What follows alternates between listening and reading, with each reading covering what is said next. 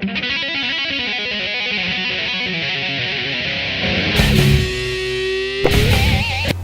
and gentlemen, boys and girls, children of all ages, I want to welcome you to my video. Today I am going to be talking about my predictions, my opinion on who should be inducted to the 2010 WWE Hall of Fame. Now, these aren't definite going to be inducted, but I think they should be. And you're allowed to make your own opinion. If you guys want to tell me your opinions, I'll gladly listen or view or see what you've written. But let's get right into it. Let's start off with Michael Hayes, one of the Freebirds, and I think he put Southern wrestling on the map like Dusty Rhodes did. But Michael Hayes, great all around. The Freebirds had a terrific feud with the Road Warriors and also the Von Erichs. I would like to see Michael Hayes be inducted, most likely by either Animal or possibly, I might forget his name, but he was just inducted. One of the Von Erichs, I think would be great. Or possibly either Matt and Jeff Hardy, because if you remember, he managed the Hardy Boys in the Attitude Era, I should say. Next, Arn Anderson. He was a tag team champion in WWE, I believe in WCW, and I think he was a television champion in WCW, and I believe he might have been a United States champion. I don't know if he was ever a World Heavyweight champion or not, but I think he'll be inducted.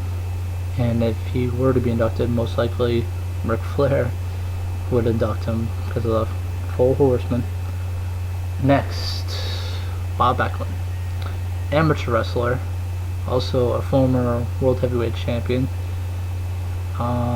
Great performer all around. He was loved in the 80s. He was hated in the mid-90s, early 90s, mid-90s, when he had a feud with Bret Hart. I think it would be perfect for him.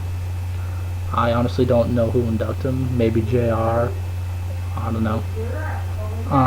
Next, I think he was a good Intercontinental Champion. He had some good entertainment, even though he did impersonate Elvis Presley. As Santino says, the Honky Tonk Man. Maybe the Honky Tonk Man be inducted in the Hall of Fame. Who knows? You can laugh all you want, but I think he could be deserving.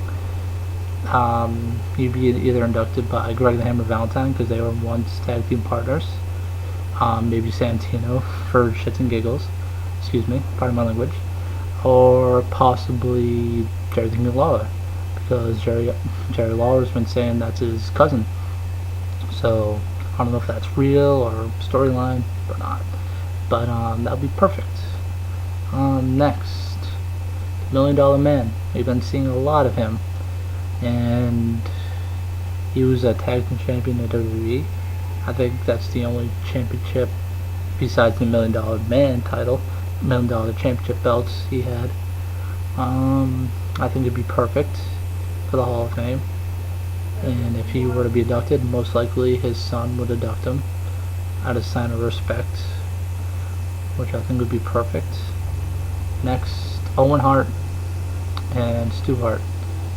Stu Hart, I refer to him as the trainer of champions. He trained a lot of great talent.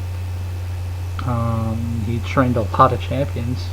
Bret Hart, his son, Owen Hart, Chris Jericho, Chris Benoit. I honestly don't know who else he trained, but I'm sure they were champions in an organization, whether it was WWE, WCW, or wherever. But I think he's deserving. Owen Hart, former European champion, tag champion, Intercontinental champion, King of the Ring. He passed away in 1999, May 23rd. Great performer, great entertainer. Some of you remember him as a Blue Blazer. That was his last gimmick before he passed away. Some people remember him teaming up with Coco Beware I'm sure Bret will induct both of them like The Rock did for his grandfather and his father. But I think perfectly he'd be deserving. They both would be deserving to be in the Hall of Fame. Next, definitely greatest tag team. I remember growing up, greatest tag team I've seen ever. Legion of Doom, Road Warriors, Hawk and Animal. Hawk recently passed away in 2002, I think it was.